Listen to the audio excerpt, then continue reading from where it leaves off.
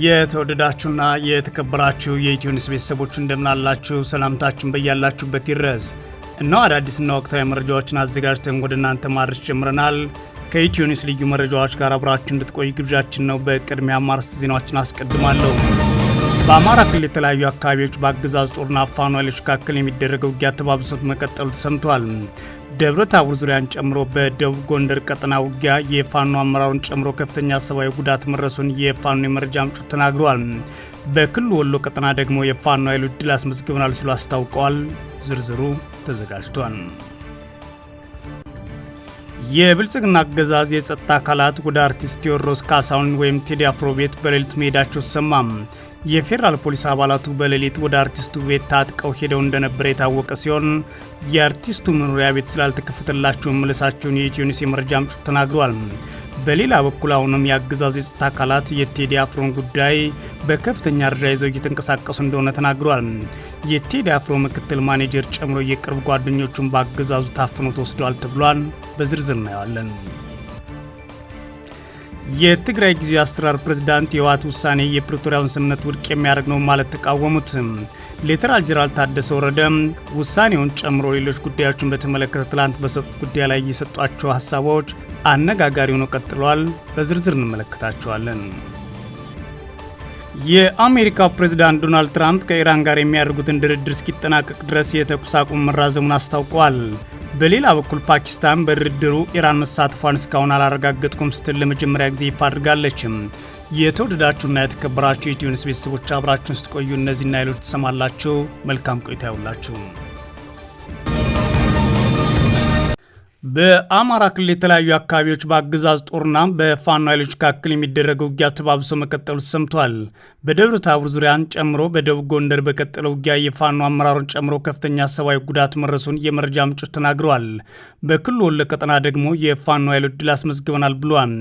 በጎንደር ቀጠና ሚያዝያ 13 2018 ዓ.ም ጀምሮ በቀጠለው ውጊያ ከፍተኛ ሰብአዊና ቁሳዊ ጉዳት ደርሷል ያሉት የኢትዮ ኒውስ የመረጃ ምንጮች ውጊያው ከዞኑ ዋና ከተማ ደብረ ታቦር ዙሪያ እስከ ላይ ጋይንትና ጉና ሰፊ አካባቢዎችን አካሎ የተደረገ መሆኑን የተሰማው የፋኖ ኃይሎች ሚያዝያ 13 2018 ዓ.ም ደብረ ታቦር ከተማ የከፈቱትን ድንገተኛ ጥቃት ተከትሎ በከተማዋ ዙሪያ ውጊያ መደረጉን የአካባቢ መረጃ ምንጮች ተናግረዋል።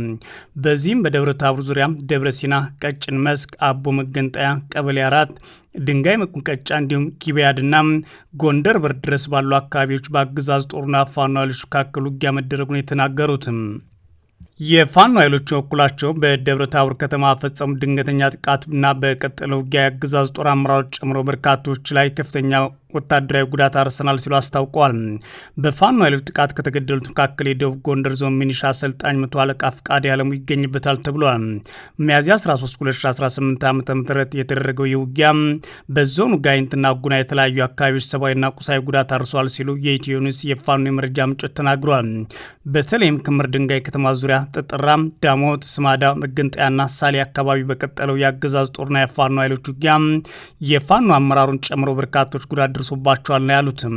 በተለይም ጥጥራና ስማዳ መገንጠያ አካባቢ በተደረገው ውጊያ በርካታ የአገዛዝ ጦር አባላት ሲገደሉ በፋኖ በኩል የአፋብን ጎንደር ጠቅላይ ግዛት እዝ በላይ ዘለቀ እዝ አንበሳው ጋይንት ክፍለ ጦር አዛዥ አርበኛ አንደበት ክንዳለም ጨምሮ ጥቂት የፋኖ አባላት የህይወት መስዋዕትነት ከፍለዋል ሲሉ የመረጃ ምንጮች አክለው ተናግረዋል። በተመሳሳይ በአገዛዝ ጦርና ፋኖ ኃይሎች መካከል በሚደረገው ውጊያ በወሎ የተለያዩ አካባቢዎች ተጠናክሮ መቀጠሉ ነው አፋብን ምኒልክ እዝ ያስታወቀው። በደቡብ ወሎ ዞን ከደላንታና ደሴ አቅጣጫ በከባድ መሳሪያዎች ታግዞና በሜጀር ጀነራል ዘውዱ ሰጣርጌ የተመራ ውጊያ በከፈተው የአገዛዝ ጦር ላይ ድል አስመዝግበናል ያሉት የፋኖ ኃይሎች ናቸው።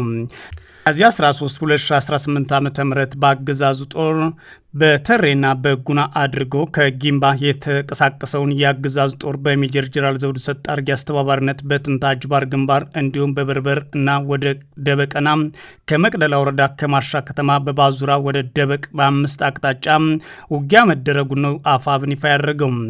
በዚህ ውጊያ በርካታ የአገዛዝ ጦር አባላት ላይ የሞትና የአካል ጉዳት ሲደርስባቸው የቡድንና ነፍስ ወከፍ መሳሪያዎች ደግሞ ፋኖ ተወስደዋል ብሏል። በተመሳሳይ በሰሜን ወሎ ዞን መቄት ወረዳ በተደረገ ውጊያ ሰብአዊና ቁሳዊ ጉዳት ደርሷል። የትራንስፖርት አገልግሎትም ተስተጓጉሏል ሲሉ የአካባቢ ነዋሪዎች ለኢትዮ ኒውስ ተናግረዋል። በወረዳው ገረገራ ከተማ ዙሪያ አግሪትና ሀና መኳት አካባቢ በአገዛዙ ጦርና ፋኖ ኃይሎች መካከል የተቀሰቀሰው ውጊያ ተከትሎ ከጋሸና ፍላቂት ትራንስፖርት ተስተጓጉሏል ያሉት የመረጃ ምንጫዎች በውጊያው ሰብአዊ ጉዳት መረሱንም አክለው ተናግረዋል። የብልጽግና አገዛዝ የጸጥታ አካላት ወደ አርቲስት ቴዎድሮስ ካሳሁን ወይም ቴዲ አፍሮ ቤት በሌሊት መሄዳቸው ሰማ። የፌዴራል ፖሊስ አባላት በሌሊት ወደ አርቲስቱ ቤት ታጥቀው ሄደው እንደነበር የታወቀ ሲሆን የአርቲስቱ ቤት ስላልተከፈተላቸው ተበትነዋል ተብሏል። በቴዲ አፍሮ ላይ ወከባና ማሳደድ የጀመሩት የአገዛዙ የጸጥታ ኃይሎች በአሁኑ ሰዓት ምክትል ማኔጀሩን ጨምሮ የቅርብ ጓደኞች በአገዛዙ ታፍነው ተወስደዋል። አርቲስት ቴዎድሮስ ካሳሁን ወይም ቴዲ አፍሮ መኖሪያ ቤት በሌሊት በአገዛዙ የጸጥታ አካላት ከበባ ተደርጎበት እንደነበርና ቤቱን ሰብረው ለመግባት ሙከራ ማድረጋቸው ሰምቷል።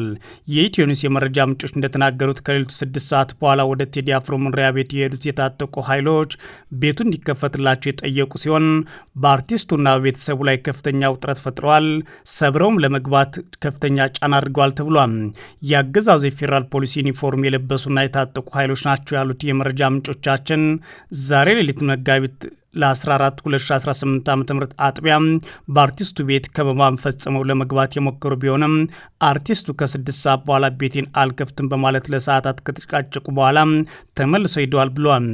የብልጽግና አገዛዝ የሙዚቃ ስራውን የኢትዮጵያን መፍረስ፣ የህዝቡን በደል፣ የለውጡን መቀልበስ፣ በዜጎች ላይ የደረሰውን የሰብአዊ መብት ረገጣ አስተጋብቷል ያለውን ቴዲ አፍሮን ከጠቅላይ ሚኒስትሩ ጀምሮ ከካድሬዎቹ ሲያሰድብ፣ ሲያጣጥልና ሲያሸማቅቅ ብሎም ሲያስፈራራና ሲዝት ከቆየ በኋላ ነው ወደ ወታደራዊ እርምጃ ያመራው። አብይ የቁራ ጩኸት ነው፣ ጉቶ ነው፣ ማንም አያስቆመንም፣ በደምና ባጥንት የመጣ ለውጥ ነው ወዘተ ማለት በብስጭት ሲናገሩና በብሔራዊ ቴሌቪዥን ጭምር ሲደመጡ የሰነበቱ ሲሆን አሁን ላይ ታዲያ የጸጥታ ኃይሎችን አሰማርተው አርቲስቱና በዙሪያ ያሉ ሰዎችን ማፈንና ማሳደድ ጀምረዋል። ትላንት መጋቢት 13 2018 ዓ.ም የአርቲስቱ ቃል አቀባይና ምክትል ማኔጀር ማህሌት ሰለሞን በፌዴራል ፖሊስ ተይዛ ከተወሰደች በኋላ የደረሰችበት አልታወቀም። በተጨማሪም የአርቲስቱ የቅርብ ወዳጅ የሆነው የሱፊያስን ከአገዛዙ የፌዴራል ፖሊስ ተይዞ ከተወሰደ በኋላ በተመሳይ እስካሁን ድረስ ያለበት አልታወቀም። አገዛዙ በአገሪቱ ባሉ ሚዲያዎች የአርቲስቱን አዲስ አልበምና ነባር ስራዎች እንዳይለቀቁ የከለከለ ሲሆን በአዲስ አበባ በሆቴሎችና ባርና ሬስቶራንቶች ሙዚቃውን እንዳይለቀቅም ከልክሏል። የቴዲ አፍሮን የሙዚቃ አልበም መለቀቅ ተከትሎ ከ200 በላይ የአዲስ አበባ ነዋሪዎች የታሰሩ ሲሆን በንግድ ተቋማት የጸጥታ ኃይሎች ተሰማርተው ሙዚቃው እንዳይከፈት ማስጠንቀቂያና ክትትል እያደረጉም ቀጥለዋል። ቴዲ አፍሮ በ6ኛ አልበሙ ከፍተኛ ተደማጭነትን ያተረፈ ሲሆን ምንም እንኳን አገዛዙ ውሉ እንዲሰረዝ በሚዲያም ሽፋን እንዳያገኝ ቢያደርግም በራሱ የሚዲያ አማራጭ መልቀቁ አርቲስቱ በዓለም አቀፍ ደረጃ ተሸላሚና ተወዳዳሪ እንዲሆን አስችሎታል። በተለይም ዳስጣል የተሰኘው የሙዚቃ ስራው በብዙዎች ዘንድ የተወደደ ሲሆን አገዛዙን ደግሞ እጅግ ያንገበገበው የፈተና ሆኖበታል። አገዛዙ ወደ አርቲስቱ ቤት የጸጥታ ኃይል ይላከው አርቲስቱን በቁጥጥር ስር ለመዋልና ጉዳት ለማድረስ ይሁን ወይስ ሌላ ምክንያት ኑሮት የሚለው ግን በግልጽ አልታወቀም። የትግራይ ጊዜያዊ አስተዳደር ፕሬዝዳንት የህወሓት ውሳኔ የፕሪቶሪያውን ስምምነት ውድቅ የሚያደርግ ነው ሲሉ ተናገሩ። ሌተናል ጄኔራል ታደሰ ወረደ ያደረጉት ንግግርና የሰጡት መግለጫ አነጋጋሪ ሆኖ ቀጥሏል። ውሳኔው የተላለፈው የፕሪቶሪያ ስምምነት ፈራሚ በሆነው ህወሓት መሆኑን የሚያስረዱት ሌተናል ጄኔራል ታደሰ ወረደ ይህን እርምጃ ተከትሎ ሊመጣ የሚችለው ጦርነት እንደሆነ መናገራቸውን ጽሕፈት ቤታቸውን ያስታወቀው አማራጩ ጦርነትን መቀጠል ወይም ያለውን ሰላም በዘላቂነት ማስቀጠል እንደሆነ የተናገሩት ፕሬዝዳንቱ የጊዜያዊ አስተዳደሩ ስልጣን ለመረከብ በሚደረግ ሂደት መጓተት ሊፈጠር አይገባም ሲሉም ተናግረዋል። ታደሰ ወረደም ትግራይ ከጦርነቱ በፊት የተሻለ የፖለቲካ ቁመናና የህዝብ አንድነት ነበራት በማለት የተናገሩ ሲሆን በጦርነቱ ጊዜም እንዲሁ ህዝብና የፖለቲካ ኃይሉ በአንድነት በመሆን እየመከላከሉ ውጊያ አካሂደዋል ሲሉ ተናግረዋል። አስከፊና ደም አፋሳሹ የትግራይ ጦርነት በፕሪቶሪያ የሰላም ስምምነት ከቆመ በኋላ በክልሉ የፖለቲካ ኃይሎች ከፍተኛ መከፋፈሉን ተከትሎ ትልቅ የሆነ ጦርነትና የፖለቲካ መተራመስ የወለደው ቀውስ መፈጠሩን ሲናገሩ ተሰምተዋል።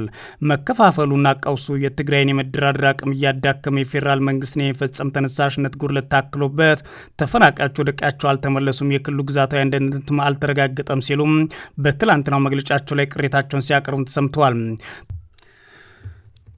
ታዲያ ህወሓት ሚያዝያ 7ና 8 2018 ዓ.ም ከከፍተኛ ወታደራዊ አመራሮች ጋር ባካሄደው ስብሰባ 2.8 ሚሊዮን ህዝብ የመረጠው የቀድሞ መንግስታችን ይመለስ ሲል ወስኗል። ይመለስ የተባለው መንግስታዊ አስተዳደር ጳጉሜ 2012 በተካሄደው ብሔራዊ ምርጫ የተመረጠ ነው። ሌተናል ጄኔራል ታደሰ ወረደን በተመለከተ ህወሓት ያለፈው መንግስት ወደ ስልጣኑ እንዲመለስ መወሰኑ አንድምታው አዎንታዊ ነው ወይስ አሉታዊ ሲሉ ጥያቄ ያቀርባሉ። ጨምሮም እንዳለፉት ዓመታት ሌላ መከፋፈል የሚፈጥር ነው ወይስ አንድነት የሚያመጣ ነው ብለው ይጠይቃሉ። ውሳኔው ከፕሪቶሪያ ሰላም ስምምነት የሚጣረስና ከፌዴራል መንግስቱ ሌላ ዙር ግጭት እንዳያዋለድ በማስተዋልና በጥልቀት መጤን አለበት ሲሉም ይመክራሉ።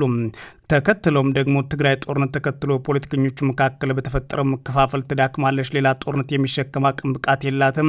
ስለሆነም ህወሓት እነዚህና ሌሎች ውሳኔዎች ተከትሎ የሚመጡ መዞችን ቀድሞ ማስተዋል ይጠበቅበታል ማለትም ይመክራሉ።